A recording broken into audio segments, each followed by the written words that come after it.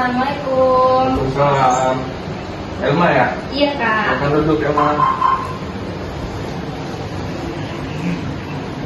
Selamat siang. Selamat siang juga kak. Gimana kabarnya Elma? Alhamdulillah baik, tapi ada sedikit rasa campur aduk juga sih. Apa yang sedang kamu rasain sekarang?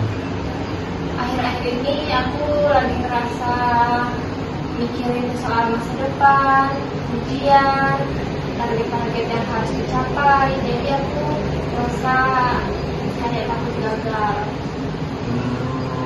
Hal apa yang kamu rasain? Aku jadi kayak ngerasa sering overthinking. Kalau boleh kamu ceritakan, biasanya apa yang paling sering muncul di sana? Kamu merasa gagal? Aku sering mikir kalau aku gagal berarti aku gak pintar. Terus aku takut orang-orang kecewakan aku. Jadi di pikiran kegagalan itu berarti kamu tidak pintar dan merasa mengecewakan orang lain. Iya, itu yang paling aku pikirin. Perasaan apa yang muncul saat pikiran itu? Rasa cemas, terus takut. Jadi aku ngerasa gak percaya diri. Oh, cemas, takut, jadi pasti tidak nyaman ya? Iya kak, rasanya pertama. Oke, aku ingin memahami lebih dalam. Menurut Elma, kegagalan itu sendirinya artinya apa? Gagal itu ya gak berhasil mencapai sesuatu yang diharapkan. Kalau kamu gagal, apa itu otomatis menggambarin Elma keseluruhan diri Elma? Kalau dipikir-pikir enggak juga sih kak. Menarik sih, tapi tadi kamu sempat ngerasa aku nggak pintar. Menurut Elma dari mana keyakinan itu muncul? Mungkin karena dulu aku dituntut harus selalu bagus. Jadi kalau nggak sesuai aku merasa takut gagal. Oh, jadi ada tuntutan untuk harus berhasil ya? Iya kak, kayak harus sempurna gitu. Oke, kalau kita lihat bersama nih, apakah realiti seseorang itu selalu berhasil dan tak pernah gagal? Enggak sih, pasti semua orang pernah gagal. Tuh, bahkan orang-orang sukses pun sering merasa gagal sebelum mereka berhasil.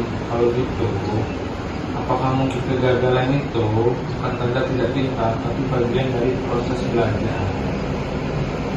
Iya juga sih, aku baru kepikiran di situ. Ya, kalau kamu mulai melihat kegagalan sebagai proses belajar, apa yang berubah dari perasaannya? Mungkin aku jadi nggak terlalu takut. Kita coba latihan sebentar ya. Kalau muncul pikiran, aku pasti gagal, kita ubah jadi kalimat seimbang.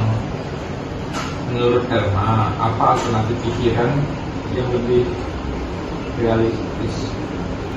Aku belum tentu gagal, aku masih punya kesempatan berhasil. Bagus ya.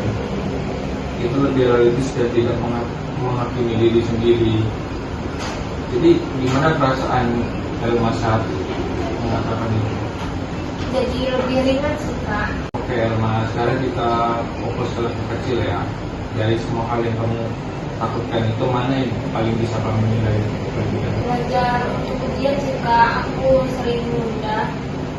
Kalau kita kecilin lagi, langkah paling sederhana apa yang kamu lakuin hari ini? Mungkin belajar dari 20 sampai 30 menit. Itu langkah bagus sih, tidak harus langsung sempurna, yang penting mulai. Menurut Elma, apa yang bisa membantu Elma buat konsisten?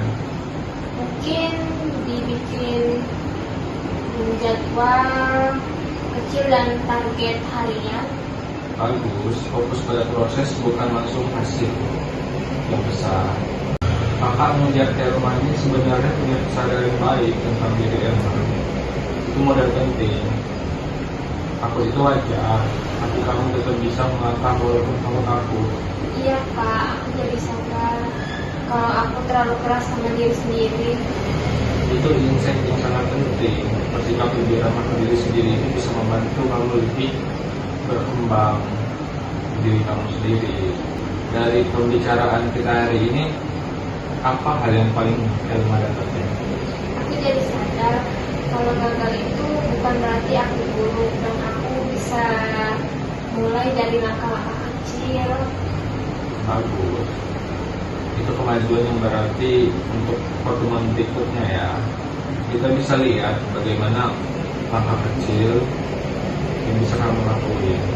Iya kak, terima kasih ya kak, aku jadi sedikit lebih lega. Ya, sama-sama Elma. Terima kasih juga sudah terbuka hari ini.